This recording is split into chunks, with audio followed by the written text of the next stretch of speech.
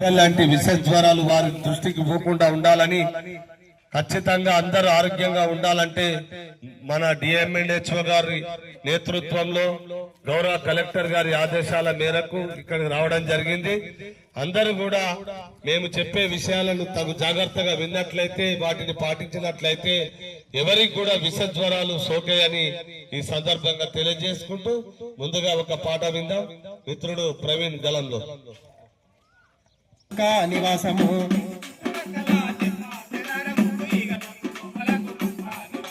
లేనిపోని రోగాలు తెచ్చువాన కాలము మురికి నీర దీనికి మూల కారణము ఇంటి చుట్టూ మన ఇంటి చుట్టూ మన ఇంటి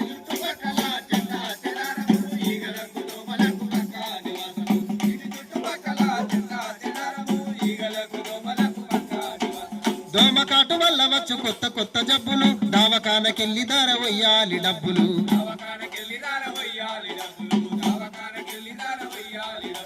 ఇల్లు వాకిలమ్ముకున్న తీరవయ్య అప్పులు ఎందుకింత తిప్పలు తీసుకో జాగ్రత్తలు ఇంటి చుట్టూ మన ఇంటి చుట్టూ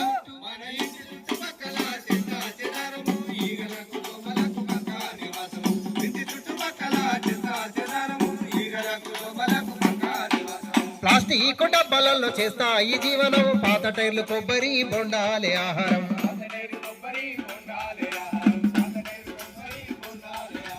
పొద్దు మాపు తోటి పడి చేస్తాయి సంసారము అందులోనే గుడ్లు పెట్టి పెంచును తమ స్థానము ఇంటి చుట్టూ మన ఇంటి చుట్టూ మన ఇంటి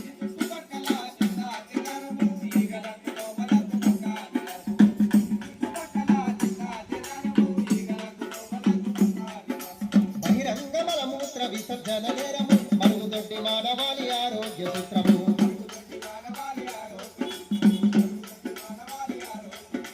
తెలుసుకొని మొదలుకుంటే నిండు ఆరోగ్యము ఆదమర్చి ఉన్నము ఆగుతుంది ప్రాణము ఇంటి చుట్టూ మన ఇంటి చుట్టూ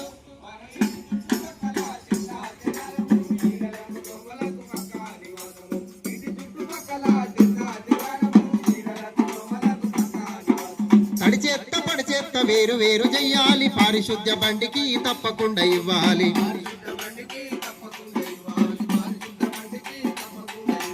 ఈగలత దోమలత చెప్పరాని బాధలు వాడవాడ ఉండాలి శుభ్రంగా వీధులు ఇంటి చుట్టూ మన ఇంటి చుట్టూ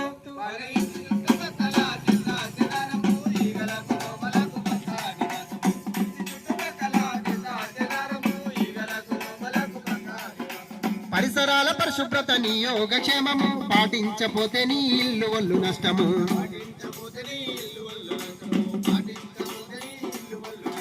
నీతోనే పడాలి మార్పుకు తొలి బీజము ప్రతి పౌరుడి ప్రయత్నంలో పరిమళించు గ్రామము. ప్రజలందరూ కూడా ఆరోగ్యంగా ఉండాలంటే ఈ వర్షాకాలం మనం తీసుకోవాల్సినటువంటి జాగ్రత్తలు మనం ఏం చేయాల్సింది ఏమి లేదు. మన ఇంటి పరిసరాలన్నీ ఎప్పటికప్పుడు పరిశుభ్రంగా ఉంచుకోవాలి. మన ఇంటి ముంగట నీరు అనేది నిల్వ ఉండకుండా చూసుకోవాలి. మన ఇంటి ముంగట ఉన్నటువంటి డ్రైనేజీలో చెత్త చెదారం వేయకూడదు. మిగిలిన అన్నం గాని కూరలు గాని వేయద్దు, ప్లాస్టిక్ కవర్లు వేయద్దు. అట్లా వేసినట్లయితే ఏమైందంటే ఆ డ్రైనేజీలో నీళ్లు అనేవి ఎటు వెళ్లకుండా అక్కడే ఉండి అందులో ఈగలు దోమలు అనేటివి ఎక్కువగా వృద్ధి చెందుతాయి. ఆ ఈగలు దోమలు వృద్ధి చెంది ఏమైతుందంటే ఈగలు అనేది మనం తినే ఆహారం మీద వాళ్తాయి. ఈగలు మనం తినే ఆహారం మీద వాలడం తోటి ఆ అన్నం గాని కూరలు గాని మనం తిన్నట్లయితే మనకేమైతుంది, వాంతులు విరోచనాలు అవుతాయి.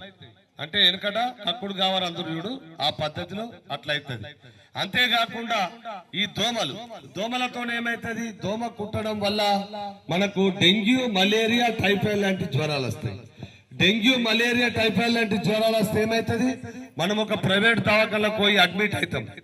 అక్కడ ప్రైవేట్ దవాఖానలో మనకు రక్త పరీక్షలు మూత్ర పరీక్షలు చేసిన డాక్టర్ ఏం చేస్తారంటే సాధారణ జ్వరం అయితే మనకు మందులు రాసిచ్చి 2-3 రోజులు వాడోరు, తగ్గకపోతే మళ్ళా రాండ్రి అని చెప్తాడు.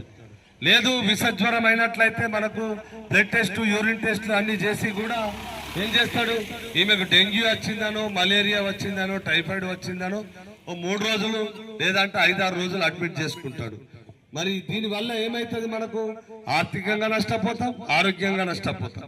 ఈ రోజులలో దవాఖానకు పోతే ఒకప్పుడు వెనకట 200 రూపాయలు పట్టుకొని కూడా దవాఖానకు పోయిన దాఖలాలు ఉన్నాయి. అప్పుడు తెచ్చుకున్న మందులతో బతికిన వాళ్ళు ఉన్నారు.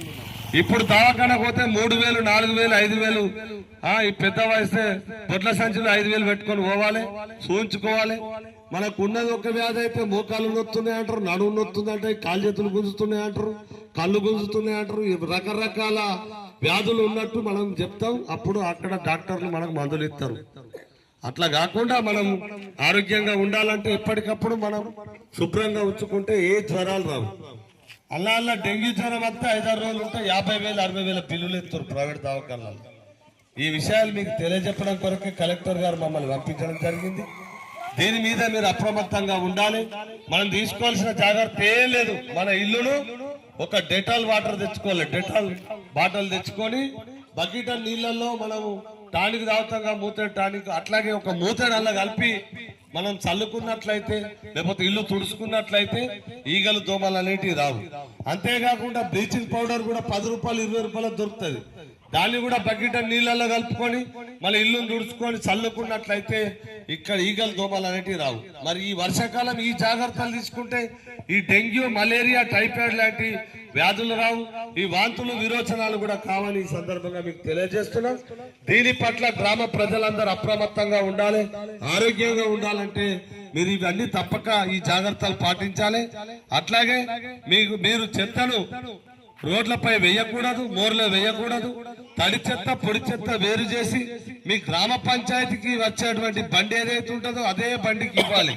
రోడ్ల మీద వారేయద్దు, మోర్ల మీద వారేయద్దు. అట్లా వారేయడంతో అశుభ్రతతో ఈగలు దోమలు అనేటివి తయారైతాయని మీకు ఈ సందర్భంగా తెలియజేసుకుంటూ ఈ రోజు ఈ గ్రామంలో ఈ కార్యక్రమాన్ని ఇక్కడ ఏర్పాటు చేయాలని గౌరవ సెక్రటరీ గారు చైతన్య గారు కోరడంతో ఈ కార్యక్రమాన్ని ఇక్కడ ఏర్పాటు చేయడం జరిగింది. మరి ఈ కార్యక్రమాన్ని ఉద్దేశించి సెక్రటరీ గారు మాట్లాడాల్సి కోరుతున్నాం. అందరికీ నమస్కారం. ఈరోజు